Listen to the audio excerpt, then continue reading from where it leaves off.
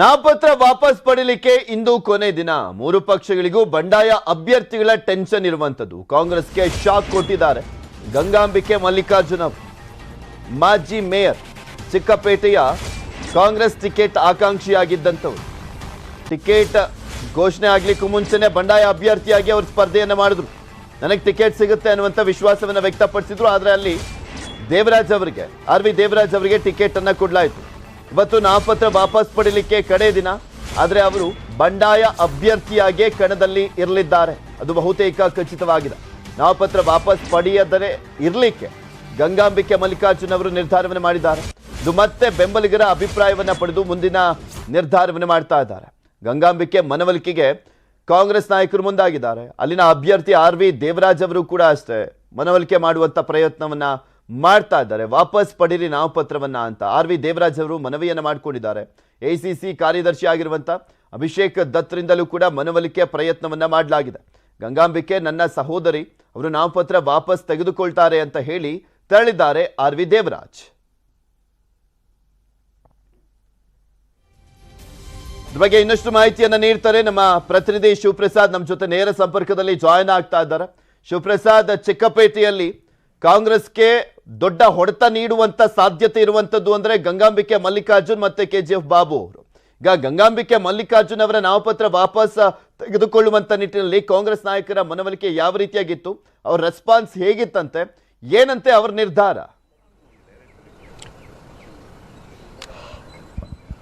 ಚಿಕ್ಕಪೇಟೆಯ Congress ticket ಪ್ರಬಲ ಆಕಾಂಕ್ಷಿಯಾಗಿಂತ ಗಂಗಾಂಬಿಕೆ ಮಲ್ಲಿಕಾರ್ಜುನ್ ಅವರು ನಾಮಪತ್ರ ಸಲ್ಲಿಕೆಯ ಮೊದಲನೇ ದಿನವೇ ನನಗೆ ಟಿಕೆಟ್ ಸಿಗುತ್ತೆ ಅನ್ನುವಂಥ ವಿಶ್ವಾಸದಲ್ಲಿ ನಾಮಪತ್ರವನ್ನು ಸಲ್ಲಿಸಿದ್ರು.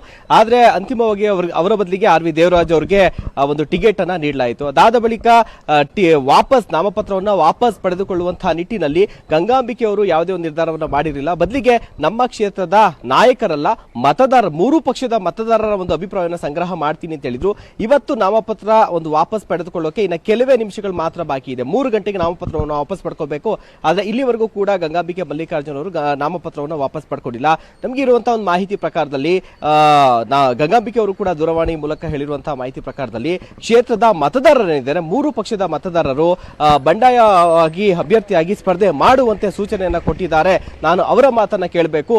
ಮತ್ತೊಂದು ಕಡೆಯಲ್ಲಿ ಹೈಕಮಾಂಡ್ ನಾಯಕರು, ರಾಜ್ಯ ನಾಯಕರು ವಾಪಸ್ ಪಡ್ಕೊಳ್ಳಿ ನಾಮಪತ್ರವಂತ ಹೇಳಿದ್ದಾರೆ. ಆದ್ರೆ ಅಂತಿಮವಾಗಿ ನಾನು ಜನರು ಏನು ಹೇಳಿದಾರಲ್ಲ, ಮತದಾರರು ಏನ್ ಹೇಳಿದಾರಲ್ಲ, ಸೊ ಅದಕ್ಕೆ ನಾನು ಮನ್ನಣೆಯನ್ನು ಕೊಡ್ತೀನಿ ಅಂತ ಮಾತನ್ನ ಕೂಡ ಹೇಳಿದ್ರು. ಅದಾದ ಬೆನ್ನಲ್ಲೇ ಕ್ಷೇತ್ರದ ಅಭ್ಯರ್ಥಿಯಾದಂತಹ ಕಾಂಗ್ರೆಸ್ ಅಭ್ಯರ್ಥಿ ಅಂತ ಆರ್ ವಿ ದೇವರಾಜ್ ಅವರು ಕೆಲವೇ ಕ್ಷಣಗಳ ಮುಂಚೆ ಗಂಗಾಂಬಿಕೆ ಮಲ್ಲಿಕಾರ್ಜುನ್ ಅವರ ಒಂದು ಪತಿ ಮಲ್ಲಿಕಾರ್ಜುನ್ ಅವರನ್ನ ಇದೇ ಒಂದು ಕಚೇರಿ ಏನಿದೆ, ಇದೇ ಕಚೇರಿಯಲ್ಲಿ ಒಂದು ಭೇಟಿಯನ್ನ ಮಾಡಿ ಅವರ ಬಳಿ ಒಂದು ಮನವಿಯನ್ನ ಮಾಡ್ಕೊಂಡು ಹೋದ್ರು. ಜೊತೆಗೆ ಅದಾದ ಬಳಿಕ ಆರ್ ವಿ ದೇವರಾಜ್ ಅವರು ಗಂಗಾಂಬಿಕೆ ಮಲ್ಲಿಕಾರ್ಜುನ್ ಅವರು ನನಗೆ ಸಹೋದರಿ ಇದ್ದಂತೆ, ಸೊ ಅವರು ನಂಗೆ ಸಹಕಾರವನ್ನ ಕೊಡ್ತಾರೆ, ನಾಮಪತ್ರ ವಾಪಸ್ ಪಡ್ಕೊಳ್ಳುವಂತ ವಿಶ್ವಾಸ ಇದೆ ಅನ್ನುವಂತ ಮಾತನ್ನ ಹೇಳಿದ್ರು. ಅದಾದ ಬಳಿಕ ಈಗ ಎಐಸಿಸಿ ಕಾರ್ಯದರ್ಶಿ ಆದಂತಹ ಅಭಿಷೇಕ್ ದತ್ ಅವರು ಗಂಗಾಂಬಿಕೆ ಪತಿ ಮಲ್ಲಿಕಾರ್ಜುನ್ ಅವರ ಜೊತೆಯಲ್ಲಿ ಕಳೆದ ಅರ್ಧ ಗಂಟೆಯಿಂದಲೂ ಕೂಡ ಮಾತುಕತೆಯನ್ನ ನಡೆಸ್ತಾ ಇದ್ದಾರೆ. ನಾಮಪತ್ರವನ್ನು ವಾಪಸ್ ಪಡ್ಕೊಂಡು ಕಾಂಗ್ರೆಸ್ ಪಕ್ಷ ನಿಮ್ಮ ಜೊತೆಯಲ್ಲಿ ಇದ್ದೇ ಇರುತ್ತೆ, ಈ ಒಂದು ಬಾರಿ ಟಿಕೆಟ್ ಕೈ ತಪ್ಪಿರಬಹುದು, ಮುಂದಿನ ಚುನಾವಣೆಯಲ್ಲಿ ನಾವು ಟಿಕೆಟ್ ಅನ್ನ ಕೊಡ್ತೀವಿ, ಜೊತೆಗೆ